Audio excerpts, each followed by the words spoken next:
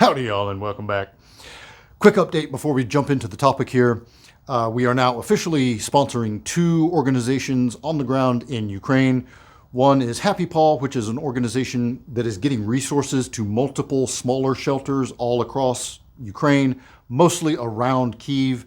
The other is Hostomel Shelter, which I may be butchering the pronunciation of that, but they are on the outskirts of Kyiv, and they are having a rough time. In fact, they went dark on social media for like 36 hours, and I feared the worst. They finally popped up like right before I came out here to film. So they are alive and kicking still, but they've been out of power for over a week now. They don't have running water. Food is scarce. They're having trouble getting food to them, and it's grim. So I'll put links to both organizations in the description of this video. You can go check them out yourself. So anyway, the topic of the day is, does the war in Ukraine finally give those of us who believe in the Second Amendment the opportunity to headlock our anti-gun friends and give them a big noogie and say, see, I told you so? And the answer, unfortunately, is probably no. The biggest thing that I'm seeing anti-gun folks come back with is our geography here in the United States. That we're not going to be invaded by Mexico. Well, not by the Mexican military anyway. They already think we're being invaded by Mexico in that other sense. But and the likelihood of Canada invading us is pretty slim, and they would certainly be polite about it if they did. So, yeah, our geography protects us, through 2 world wars. It mostly protected us. If you nerd out enough, you learn some of the actual history that we weren't entirely protected, but for the most part, just by virtue of being way the hell over here by ourselves, it kind of protected us. And the Second Amendment didn't protect us from 9/11 happening. So it's a pretty strong argument that they have as far as the likelihood of little green men falling out of the sky, Red Dawn style, and attacking us that way. I mean, they're struggling in Ukraine, and it's right there. So, yeah, unfortunately, I don't think this is probably the time to thump your chest and say, see, I told you so to your anti-gun friends.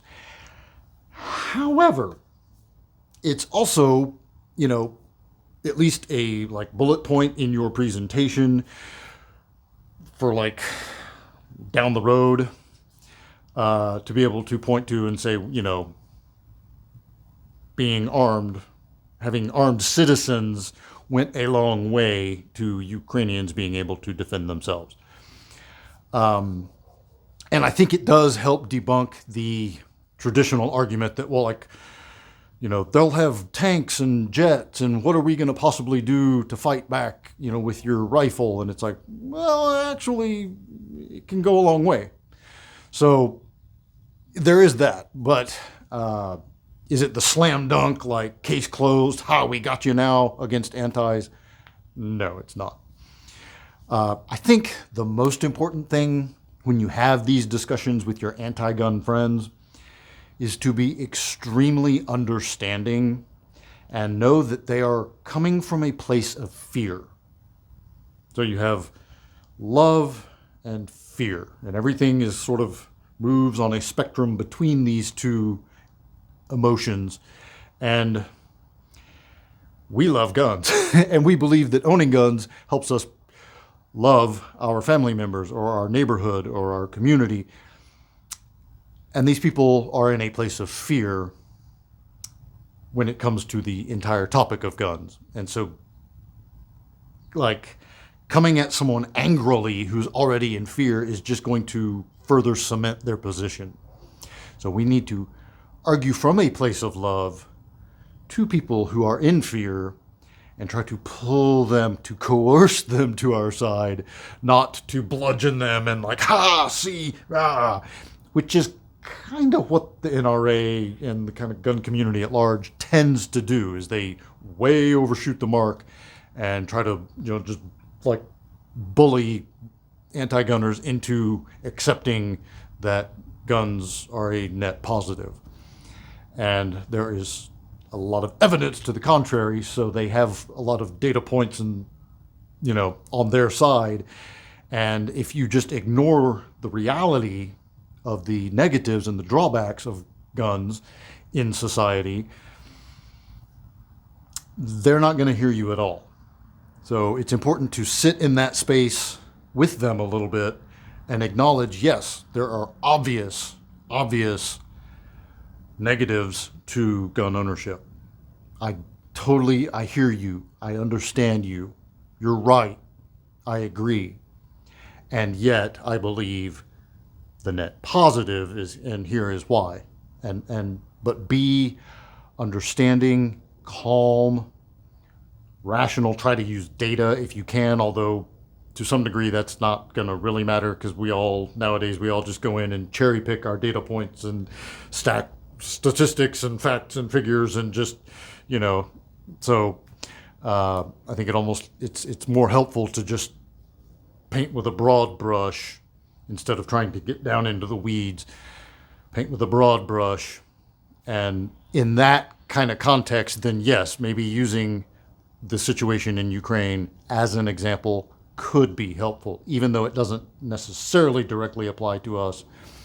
And along those lines, it's a fair argument, I think, to make that one of the reasons we haven't ever been invaded by an outside military force is because we've always had a Second Amendment. So Japan knew it, Germany knew it, Russia, the Soviet Union knew it, that if you come to America and try to start a war, we have a lot of guns in this country. A lot of guns. And we're going to shoot back. So maybe just don't do that. And I think that should be a very important point to make that is pretty hard to disagree with, or, like I said, we've had 9/11, I think is kind of probably the harshest blow we've had on American soil, aside from Pearl Harbor, which is, that's American soil, but it's like way out there, American soil in the continental United States. We've been relatively protected from invasion, and the Second Amendment is an undeniable part of that history. So anyway, is it the end-all headlock move? No, it's not. Anyway, that's my 2 cents. Thanks for listening to my ramblings. Thank you to everyone supporting the channel. I will have more thoughts on Ukraine as events unfold. Really trying to just take it all in still and observe. And like I said, I have feelings. And as a Cold War era veteran, I have strong feelings.